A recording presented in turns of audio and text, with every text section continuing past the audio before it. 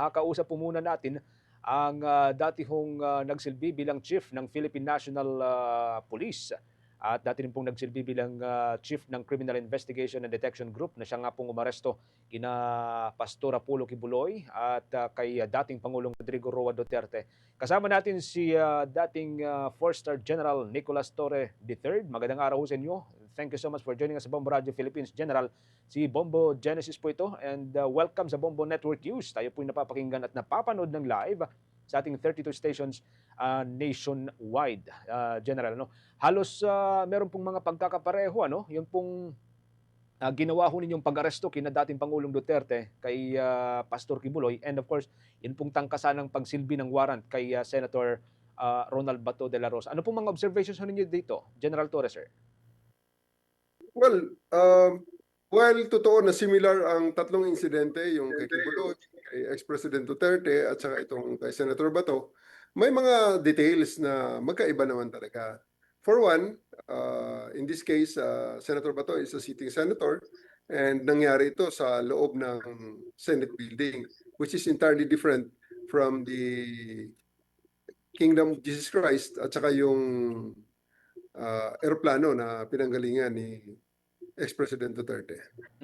Doon ho sa naging service of warrant laban kay Senator Ronald Bato de la Rosa, ano hong komento ho ninyo doon sa nangyari ho dito as compared doon sa ginawa ho ninyo noon na pagsisilbi ng warrant against kay dating Pangulong Duterte? Different strokes for different folks, ano? Hindi ko rin ma-judge kung ano ang diskarte ng NBI doon. Pero siyempre, kung ikaw ay nagpaplano, dapat lahat ng contingencies ay na-take into consideration. Like for example, una-una, malaki si Senator Bato. Uubra ba ang tatlong babae na arresting officer? Paano kung hindi siya nag-submit gaya ng ganyan? Tulad yan na hindi ka nag-submit at tumakbo. Makakahabol ba? Pagkatapos, closed quarters yun. Yun ay Senate building. Pag siya ay pumunta ba sa session hall, hahabol pa rin ba ang mga taong nakatoka na mag-serve ng warrant sa kanya? Yun ay magsisimula ang pag-meet sa first floor. Sa second floor pupunta. Dapat ba ang mga magsiserve ay sila lang na pag tumakbo ay hahabulin nila galing sa likod or dapat ba may blocking force galing sa second floor na mismo para pag akyat sa hagdanan ay ito na ang sunod na gagawin. So, mga nitty-gritty ng planning yun eh. So, yun lang ang nakita natin siguro doon na sana ay hindi na mangyari yon at hindi nangyari yon. At pagkatapos, pinaka-bottom line doon, Senate building yon, napakarami na mga CCTV roon. Isa sa mga gusto natin kontrolin sa mga ganyang insidente, syempre, huwag na lumabas ang mga nangyari doon na kung pwede rin lang na wala namang epekto sa general peace and order, huwag na lumabas kasi at the end of the day, ang purpose lang naman ng paglabas ng video na yun, na umakyat at nadapa pa si Senator, is humiliation lang eh. Hindi na dapat lumabas yun. Kung ako lang tingin mo. Speaking of contingency na nababanggit po ninyo kanina, no? Sa tingin ho ninyo, after ho na ninyong ma-assess yung ginawa ho ng National Bureau of Investigation, tingin ho ninyo may na-establish ho kaya sila na plan B or any contingency kasabay nung kanilang tangkang pag-aresto kay Senator Bato? Yan ang hindi ko na alam.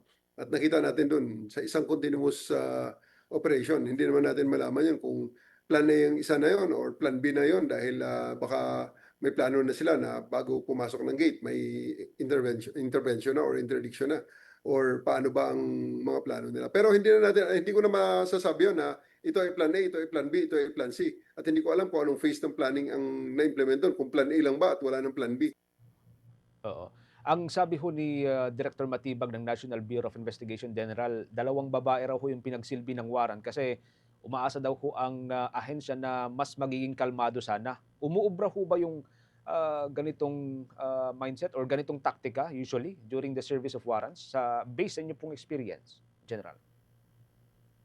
Well, at the end of the day, in any plans, there are contingencies. So may assumptions ka kaagad yan at meron ka rin contingencies if ever na the first assumption does not hold. Ano ang kasunod? Ano ang kasunod if ever na ang second assumption hindi rin nag-hold? May third option ka. Sabi ko, may assumptions ka. Any contingency planning, any planning for that matter, meron palaging may assumptions. Okay?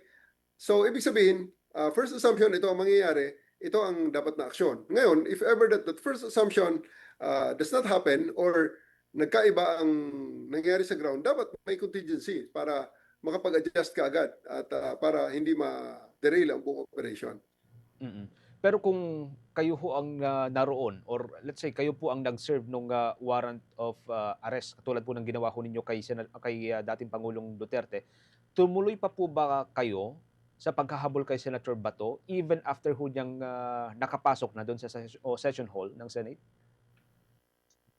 Unang-una, hindi ko alam kung ano ang details, ano ang extent ng protective custody. Okay? Ang alam lang natin, kung halimbawa WPP yan, yan, may established rules yan. Kung itong klase ng mga restrictive custody sa PNP, may specific din yan na mga coverage. Ako hindi ko naintindihan kasi kung ano ibig sabihin ng protective custody.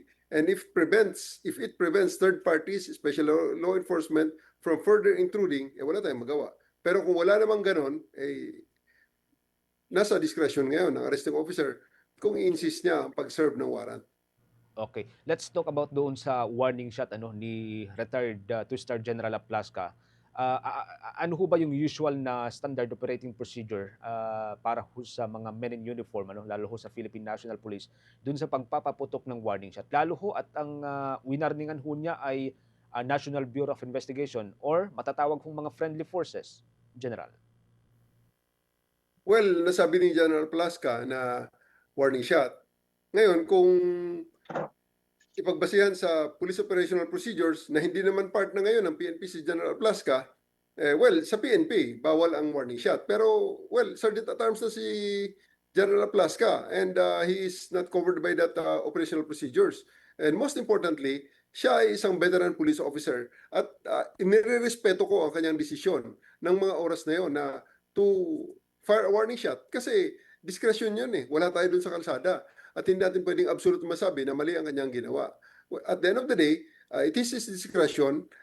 Ngayon ay dina-justify niya. So, wala tayong question doon sa decision na yon ni General Plasca at hindi naman tayo nagsasabi at hindi tayo naniniwala na siya ay trigger happy na will just fire his gun for nothing.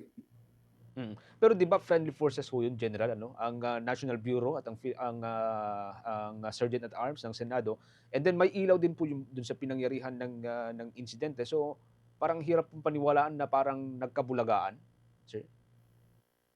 I don't think that they are aware of the identities of each other during that gunfight kasi automatic naman yan kung nakita mo pareho kayong gobyerno, magbarilan ba kayo? So I don't think that they actually identified each other bago nung magkabulagaan kasi yun ang pagkakwento ni General Plasca based on the media reports na nakikita ko rin sa mga interviews niya na nagkabulagaan at hindi niya makilala talaga yun kung sino talaga yung armadong tao na yun. Mas effective ho ba sana kung sakaling nag-usap na lamang ano, let's say nagkaroon po ng, friendly na pag-uusap kaysa ho nagpakawalan ng warning shot? Tingin ho ninyo, General? Mga mga other matters yan eh. Kumbaga, yan yung mga side issues nung insidente na yon. Pero kung titingnan natin talaga, yun nga, desisyon ni General Plasca na ito ang gagawin. So, ang pinaka-the best lang naman na basihan diyan, walang namatay, di ba? So, kung ano man ang nangyari, lahat yan maimbestigahan and everything is repairable. Walang buhay na hindi na mababawi. So, lahat ng yan, maayos naman yan. Mapag-usapan kung ano man ang magiging resulta ng in-depth investigation, everything is still reversible kasi wala ngang loss of life. So, I think it ended well. Ang masaklap lang ho dito, General, is that marami ho yung pumupuna na parang stage lang daw ho ito, no? Anyway, dako tayo sa iba pang aspeto. Sabi ho ng National Bureau of Investigation, magkakaroon po ng interagency task force para ho sa paghahabol or para ho dun sa paghahanap kay Senator Ronald Bato de la Rosa. Anong magiging recommendation ho ninyo dito? Knowing na naging effective ho yung mga paraan ng paghandle ho ninyo sa mga arrest warrant nitong nakalipasong mga taon kung kailan kayo pa po'y miyembro ng uniform group, General. Nirerespeto ko ang diskarte ng NBI dyan. Si Attorney Matibag is a very competent uh, director ng NBI. Kaya hindi natin ma-question ang kanyang wisdom regarding that formation of an interagency task force para sa manhunt. And I believe and I do hope that they will achieve their mission. And I wish them luck. I wish them well. Ang sabi ho ni Director Matibag pa is that ang posible maging lead agency is either yung National Bureau of Investigation or ang Criminal Investigation and Detection Group ng Philippine National Police. Dati po kayong naging hepe ho nito. Anong take ho ninyo dito, sir? Tama lang naman dahil ang pinaka premier unit ng PNP regarding sa mga bagay na yan, manhunt, investigation, and other special operations na talagang hindi nagagawa ng local line units is na sa NBI. Tama rin na mag tandem sila ng NBI sapagkat sila ay parehong premier institution ng PNP ang CIDG. So they can work together with NBI. Just a hypothetical question, General. Kung kayo pa po sana ang chief ng Criminal Investigation and Detection Group, saan po ninyo posibleng simulan yung pong paghahanap? Naku, mahirap naman talagang sagutin ang mga ganyang mga hypothetical question because it won't happen. Ang bottom line lang natin dyan, wala namang nagbabago dyan sa procedures. Always, naka-establish na ang mga institutional mechanisms dyan.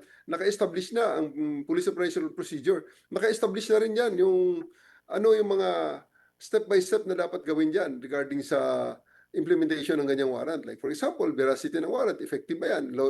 May basihan ba yan? At pagkatapos syempre, yung tamang planning, kung may use of force na gagamitin, dapat yan ay appropriate lang at hindi overkill. At the end of the day, ang gusto natin dyan is that there will be the institutional integrity, especially of the whole of government, should always be first and foremost considered. It will be the primordial consideration of all the elements involved. Pero sa ngayon, sa tingin ho niyo, saan po kayo nagtatago si General Bato, sir? Kung gusto ho niyong sagutin. Ayan, wala na akong maibigay na opinion sa'yo dyan dahil General Bato is a well-rounded officer. He has a very, very long experience and he's trained for this. And he's somebody who has a lot of experience and, kilala siya ng mga police and marami siyang mga options na pwedeng mapuntahan if ever his decision is not to surrender. So, it's up now to the PNP to take cognizance of those characteristics and capabilities of the accused in their planning so that they can actually implement if they actually wanted to implement the warrant of arrest. Okay. Last question na lang po siguro, General, sa tingin ho ninyo, ano po yung naging kaibahan ng planning sa pagitan po ng ginawa ninyong pag-aresto kay dating Pangulong Duterte against doon sa tangkang pag-aresto sana kay General Bato? Last na lang po ito, sir. Well, of course, naintindihan ko na hindi ang unang plano ang palaging nangyayari. Kaya may mga backup plans tayo, may mga contingencies tayo na na-assume at meron din tayong appropriate na contingency planning na ginawa. Kaya yan, that's what happened during my case because hindi nga nangyari yung pagkagaling sa aeroplano, diretso sa 250th Air Force Wing and then sakay sa aeroplano. Hindi nga nangyayari kaagad yun dahil napakahaba pa, nag-drag pa ng situation sapagkat there are other complications na pinresan during the time. Kaya lang, nakaplano at nakahanda tayo sa ganung mga complications. Kaya na-resolve natin. Okay. General, maraming salamat. Thank you so much for joining us sa Bombo Radio Philippines, sa Bombo Network News. Ingat po kayo, sir.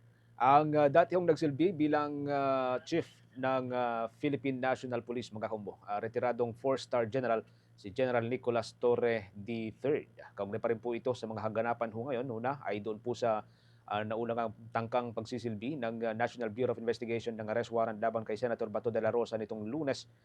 Isang linggo na po nakakalipas, after nga hong mailabas ng International Criminal Court yung arrest warrant laban ho sa kanya, and after na i-categorize ng International Tribunal si Senator de la Rosa bilang officially bilang suspect sa crimes against humanity. For the most trusted source of news and information, visit our website at www.bomboradio.com. Follow us on Bombo Radio mobile app, Facebook, YouTube, TikTok, and X, formerly Twitter. Like, share, and stay connected. Anytime, anywhere.